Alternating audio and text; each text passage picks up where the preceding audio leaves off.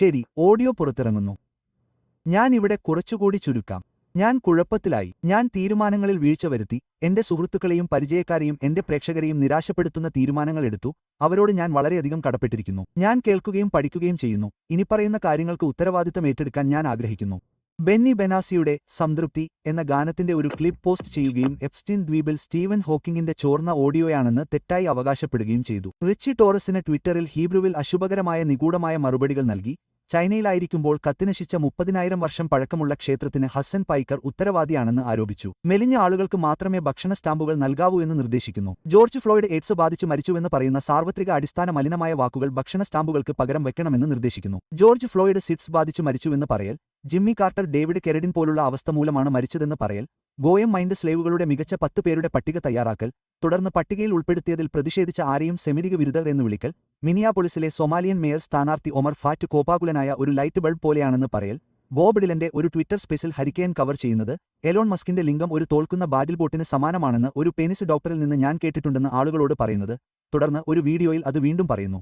Ben ഷാപ്പിറോയുടെ സഹോദരി post ചെയ്ത ഒരു സെൽഫിക്ക് മറുപടി നൽകൽ, എനിക്ക് അത് യഥാർത്ഥത്തിൽ തോന്നുന്നു എന്ന് പറയുന്നു. സാൻഡി ഹുക്ക് ഒരു മണ്ടേല ഇഫക്റ്റാണെന്ന് പറയൽ, സാൻഡി ഹുക്ക് ഒരു തമാശയാണെന്ന് പറയൽ, സാൻഡി ഹുക്ക് ഒരു പാട്ട്മാൻ സാഹചര്യമാണെന്ന് പറയൽ, അത് സാൻഡി ഹുക്ക് ഒരു സ്വയം പ്രതിരോധ സാഹചര്യമായിരുന്നു, ഇസ്രായേൽ സാൻഡി ഹുക്കിനെ ആണവായുധം പ്രയോഗിച്ചുവെന്ന് പറയൽ, സാൻഡി ഹുക്ക് ഒരു അപകടമാണെന്ന് പറയൽ, 9/11 ഒരു അപകടമാണെന്ന് പറയൽ, 911 ഒരു ഡേവിഡ് കെരാഡിൻ സാഹചര്യമാണെന്ന് പറയൽ, ഒരു ട്വിൻ ടവർ മാത്രമേ ഉണ്ടായിരുന്നുള്ളൂ എന്ന് പറഞ്ഞുകൊണ്ട് NYC സ്കൈലൈനിന്റെ ഫോട്ടോഷോപ്പ് ചെയ്ത പതിപ്പ് തെളിവായി പോസ്റ്റ് ചെയ്യുന്നു. ബോസ്റ്റൺ ബോംബിംഗ് ഒരു അപകടമാണെന്ന് പറയുന്നു. ബോസ്റ്റൺ ബോംബിംഗ് ഒരു പാറ്റ് ടിൽമാൻ സാഹചര്യമാണെന്ന് പറയുന്നു.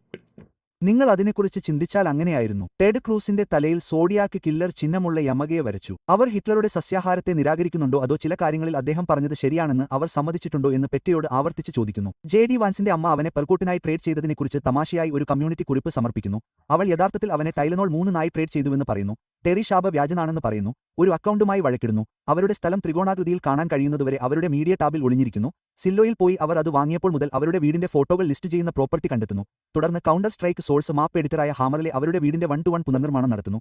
തുടർന്ന് ഞാൻ അവർക്ക് മാപ്പ് പ്ലേ ചെയ്യുന്നതിന്റെ ഒരു വീഡിയോ DM ചെയ്യുന്നു. ഇന്ത്യയിലേക്ക് പോകുന്ന അണ്ടർസീ ഇന്റർനെറ്റ് ഫോൺ കേബിളുകൾ വിച്ഛേദിക്കണമെന്നും പാശ്ചാത്യരെ അവരുടെ പേര് ഉപയോഗിച്ച് ഒരു ഇന്ത്യൻ വ്യക്തിയുടെ ജാതി നിർണ്ണയിക്കാൻ പഠിപ്പിക്കണമെന്നും പറയുന്നു. ജോൺ ഫെഡറർമാൻ സ്വയം വെടിവെക്കാൻ ശ്രമിച്ചെങ്കിലും 10 മൈലിൽ താഴെയുള്ളത് ഒരു ഗ്രിസ്ലി കരടിയെപ്പോലെ തലയിൽ നിന്ന് ചാടി രക്ഷപ്പെട്ടതിനാലും പറയുന്നു. ഒരു BDSM മെഡിക്കൽ ഫെറ്റിഷ് തടവറയിൽ ഒരു ജിംബ് സ്യൂട്ടിൽ ഒരു മനുഷ്യൻ ഒരുതരം ഇൻഫെർണൽ ഡിക്ക് സക്കിംഗ് കോൺട്രാപ്ഷനിൽ ഘടിപ്പിച്ചിരിക്കുന്നതിന്റെ വീഡിയോ പോസ്റ്റ് ചെയ്യുന്നു. ജോൺ ഫെഡറർമാന് വേണ്ടി പ്രാർത്ഥിക്കുകയും തുടർന്ന് ഫെഡറർമാൻ ആശുപത്രിയിൽ കഴിയുന്നതിനെക്കുറിച്ചുള്ള വാർത്താലേഖനങ്ങൾക്ക് കീഴിൽ ലിങ്ക് ചെയ്യുകയും ചെയ്യുന്നു. ഹോഡോർ എന്ന കഥാപാത്രത്തെ അവതരിപ്പിച്ചതിന് ജോൺ ഫെഡറർമാൻ ആവർത്തിച്ച് അഭിനന്ദിക്കുന്നു. ജോൺ ഫെഡറർമാൻ ഒരു മുയലിനെ ലാളിക്കാൻ ശ്രമിക്കുന്നതിന്റെ ബ്ലാക്ക്മെയിൽ ടേപ്പ് പുറത്തുവിടുമെന്ന് ഇസ്രായേൽ ഭീഷണിപ്പെടുത്തുന്നുവെന്നും പറയുന്നു. ആളുകളോട് പറയുന്നു ജോൺ ഫെഡറർമന്റെ പ്രിയപ്പെട്ട ഗാനം ബ്രാൻഡ് ന്യൂവിന്റെ ലിമോസിൻ ആയിരുന്നു. ജോൺ ഫെഡറർമന്റെ ഐപോഡിൽ മാറ്റിന്റെ ഡേലൈറ്റ്, എമിനെമിന്റെ കിം എന്നീ ഗാനങ്ങൾ മാത്രമേ ഉള്ളൂ എന്ന് ആളുകളോട് പറയുന്നു. ടോം സ്കോട്ട് ലോസ്റ്റ് പ്രോഫറ്റ്സിന്റെ സ്ഥാപക അംഗമാണെന്ന് ആളുകളോട് പറയുന്നു. കെൻ ഗ്രാഡോ സ്ഫോടനങ്ങളിൽ ഉക്രൈൻ ബോംബ് വെച്ചു എന്ന് ഉപദേശിക്കുന്നു. കറുത്ത ഹീബ്രു ഇസ്രായേൽ ഉണ്ടാകണമെന്ന് പറയുന്നു. ഇന്ത്യ, പാകിസ്ഥാൻ, ചൈന എന്നിവയ്ക്കിടയിലുള്ള അതിർത്തിയിൽ കറുത്ത ഹീബ്രു ഇസ്രായേൽ സ്ഥിതി ചെയ്യണമെന്ന് പറയുന്നു. ക്യൂബെക്കിൽ രണ്ടാമത്തെ ഇസ്രായേൽ ഉണ്ടാകണമെന്ന് പറയുന്നു. വിവിധ നായ്ക്കുട്ടികളെ ഒരു കൊലപാതക കേന്ദ്രത്തിലേക്ക് അയക്കുമെന്ന് ഭീഷണിപ്പെടുത്തുന്നു. ഇന്ത്യയെക്കുറിച്ച് നടത്തിയ അഭിപ്രായങ്ങൾക്ക് എന്നോട് ദേഷ്യപ്പെട്ടപ്പോൾ 20 പേരിൽ കുറയാത്തവർക്ക് അവർക്ക് സ്റ്റാർ വാർസ് പേരുകളുണ്ടെന്ന് പറയുന്നു. 1961 വരെ കോച്ചല്ലയെ പോലെ എല്ലാ വർഷവും 2 തവണ ജപ്പാനിൽ ആണവാക്രമണം നടത്തേണ്ടതായിരുന്നു എന്നും പറയുന്നു. ഇവിടെ മറ്റെന്താണ്? സോറോണിന്റെ സുന്ദരിയായ ഭാര്യയെ ഒരു സിറിയൻ പോലെയായതിനാലും ദുബായിൽ വളർന്നതിനാലും അവളുടെ എല്ലാ കലാസൃഷ്ടികളും സിറിയൻ നാഷണൽ സോഷ്യലിസ്റ്റ് പാർട്ടിയുടെ വർണ്ണ സ്കീമിൽ ആയതിനാലും തമാശയായി ഒരു ഫാസിസ്റ്റായി വിശേഷിപ്പിക്കുന്നു. ഒരു തദ്ദേശീയ അമേരിക്കക്കാരനെ അവൻ വന്ന സ്ഥലത്തേക്ക് തിരികെ നാടുകടത്താൻ ഐസിൽ റിപ്പോർട്ട് ചെയ്യുമെന്ന് ഭീഷണിപ്പെടുത്തുന്നു. സോറോണിന്റെ ഭാര്യയുടെ പ്രിയപ്പെട്ട ബാല്യകാല പ്രവർത്തനങ്ങളിലൊന്ന് ദാസന്മാരെ കല്ലെറിയുക എന്നതായിരുന്നു. തുടർന്ന് ഞാൻ അത് ചൂടുള്ള രീതിയിൽ വിശദീകരിക്കാൻ ശ്രമിക്കുന്നു. സെൻസർ ചെയ്യാത്ത ആടിന്റെ ചിത്രം ഉപയോഗിച്ച് ഹോംലാൻഡ് സെക്യൂരിറ്റി വകുപ്പിനെ ട്വീറ്റ് ചെയ്തുകൊണ്ടും ഉദ്ധരിക്കുന്നു. സെൻസർ ചെയ്യാത്ത ആടിന്റെ ചിത്രം ഉൾക്കൊള്ളാൻ ഫോട്ടോഷോപ്പ് ചെയ്ത നാറ്റോ ലോഗോ ഉപയോഗിച്ച് നാറ്റോ ട്വീറ്റ് ചെയ്യുന്നു. ലോർഡിന് നല്ല ആഴത്തിലുള്ള ധാരണയുണ്ടെന്ന് പറയുന്ന ഭാഗം നിങ്ങൾക്കറിയാം. ഒരു മെമെകോയിൻ വെബ്സൈറ്റിൽ ഔദ്യോഗിക ഫ്ലഷ് കോർപ്പ് റഗ്പുൾ ടോക്കൺ സൃഷ്ടിച്ച് അത് റഗ്പുൾ ചെയ്യാതെ ബോണ്ടിംഗ് കർവിൽ നിന്ന് ബിരുദം നേടി ഒരു യഥാർത്ഥ ക്രിപ്റ്റോകറൻസിയായി മാറാൻ അനുവദിക്കുന്നു. വിവരണത്തിലെയും ലിങ്ക് പറയുന്നത് ഹസ്സന്റെ ചാറ്റ് ഒരു കാം ഗേളിനെ പോലെ നുറുങ്ങുകൾ വഴി അവന്റെ നായയെ ഞെട്ടിക്കാൻ കഴിയുമെന്നാണ്. ഒരു ആൺകുട്ടിയുമായി തർക്കത്തിൽ ഏർപ്പെടുകയും ഇൻസെക്സ് പ്രിന്റർ ഉപയോഗിച്ച് ഗൂഗിൾ സ്ട്രീറ്റ് വ്യൂവിൽ നിന്ന് തന്റെ അപ്പാർട്ട്മെന്റ് കെട്ടിടത്തിന്റെ ചിത്രം പ്രിന്റ് ചെയ്യുകയും തുടർന്ന് മകാർദർ പ്ലാസ പോസ്റ്റ് ഓഫീസിൽ നിന്ന് റിട്ടേൺ വിലാസമില്ലാതെ അത് അവന്റെ ഓഫീസിൽ മെയിൽ ചെയ്യുകയും ചെയ്യുന്നു. കാമസ് ബന്ദികളുമൊത്ത് ലെഗോസിനെ കളിക്കുകയാണെന്നും ഗ്രോക്കിനെ ഒരു തുടർഭാഗം എഴുതാൻ പ്രേരിപ്പിക്കുകയാണെന്നും പറയുന്നു. 9 ഇഞ്ച് നെയിൽ ഗാനത്തിലേക്ക് ക്ലോസർ വിൽ സ്റ്റാൻസലിനെ കുറിച്ച് യുക്കിയോ മിഷിമയെ പരാമർശിക്കുന്നു.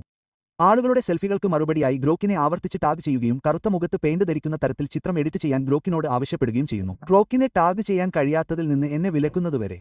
വിൽ സ്റ്റാൻസിലിന്റെ റിപ്പബ്ലിക്കന്മാരുടെ കടുത്ത ട്വീറ്റുകൾ ആവർത്തിച്ച് ഉദ്ധരിച്ച്, സന്ദർഭമില്ലാതെ ഒരു ത്രെഡിന്റെ മധ്യത്തിൽ നിന്ന് നിങ്ങൾക്ക് അറിയാവുന്നതുപോലെ പറയുക. നിങ്ങളുടെ സൊമാലി അയൽക്കാരെയോ മറ്റെന്തെങ്കിലുമോ വിവരിക്കാൻ അത് ഒരു മാർഗമല്ല. വിൽ സ്റ്റാൻസിലിനെ സന്ദർഭത്തിൽ നിന്ന് മാറ്റി നിർത്തുക.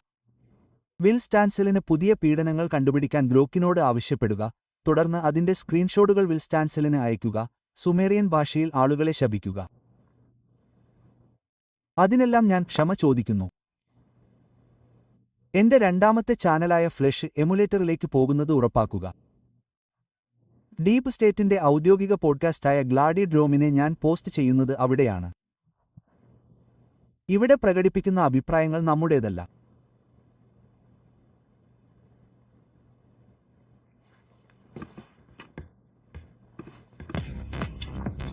ഞാൻ പറഞ്ഞത് ആഴത്തിൽ ഇഴഞ്ഞു നീങ്ങുക എന്നതാണ്.